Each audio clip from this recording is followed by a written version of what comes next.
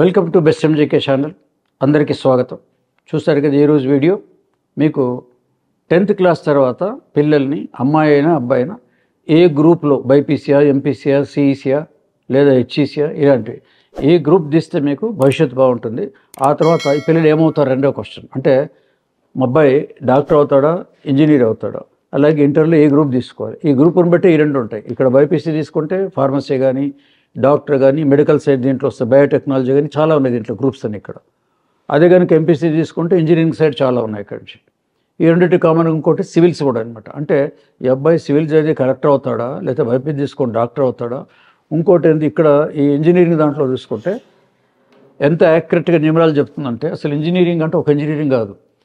BiPC వదిలేసి MPC తీసుకున్నాను అనుకోండి, ఆ తర్వాత మా అబ్బాయి ఇంజనీర్ కావాలి. ఏముంటాయి దాంట్లో, ఎలక్ట్రానిక్ ఇంజనీరింగ్గా దానికి ఒక గ్రహం ఉంటుంది, లేకపోతే ఎలక్ట్రికల్ ఇంజనీరింగ్గా, సివిల్ ఇంజనీరింగ్గా, మెకానికల్ ఇంజనీరింగ్గా, ఏవియేషన్ ఇంజనీరింగ్గా, ఇట్లా ఓ 10 ఇంజనీరింగ్ కోర్సు దాంట్లో ఉంటాయి.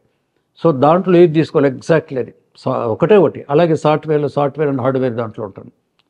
ఇప్పుడు మళ్ళీ ఏఐ కొత్తగా వచ్చింది, ఆర్టిఫిషియల్ ఇంటెలిజెన్స్, దానికి ఎవరు వెళ్ళొచ్చు.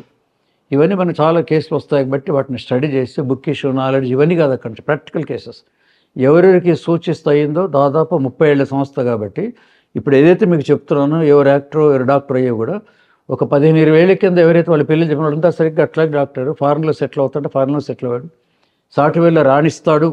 ఇది ఆడతాడు మావాడు దేంట్లో రాణిస్తాడు, సాఫ్ట్వేరే అవుతాడు ఎగ్జాక్ట్లీ. దీనివల్ల మీకు ఉపయోగం ఉందంటే అసలు న్యూమరాలజీ అన్నా అసలు భవిష్యత్తుని డిసైడ్ చేయాలి. ఎవరు డిసైడ్ చేయాలి, పేరెంట్స్ మీ పిల్లలు డిసైడ్ చేయాలి. ఒకటి. 2, కరెక్ట్ గ్రూపు కరెక్ట్ లైన్ కనుక వెళ్ళిందంటే మీకు చాలా డబ్బు సేవ్ అవుతుంది. ఒక డిగ్రీ చేయడానికి సుమారు తక్కువ 5 లక్షలు ఖర్చు అవుతుంది 3 ఏళ్ళకి ఎవరికైనా కూడా. వాళ్ళు తిండి అనుకోండి, బట్టలు అనుకోండి, హాస్టల్ అనుకోండి, బుక్స్ అనుకోండి, ఫీ అని మేము తక్కువ చెప్తున్నాం, 5 లక్షలు స్టార్ట్ అవుతుంది.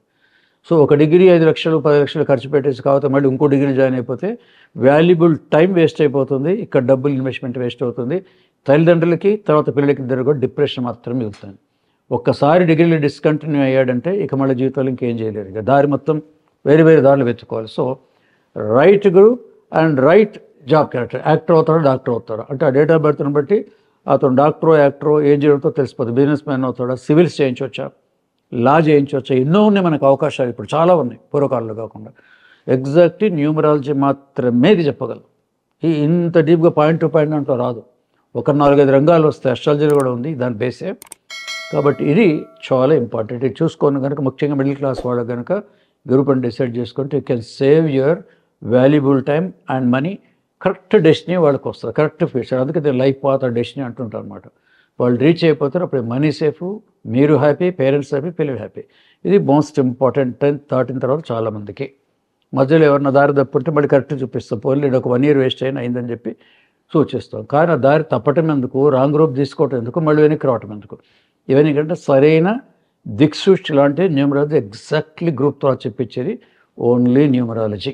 గుర్తుపెట్టుకోండి. దీన్ని బట్టి కాంటాక్ట్ చేయాలంటే అక్కడి నుంచి ఫోన్ నెంబర్ ఉంది, ముందుగా మీరు అపాయింట్మెంట్ తీసుకోవాలి. అలాగే దాంట్లో నుంచి మీరు వాట్సాప్ డీటెయిల్స్ పెడితే మీకు రిప్లై వచ్చేస్తుంది. సో మీ న్యూమరాలజిస్ట్ గోపీకృష్ణ.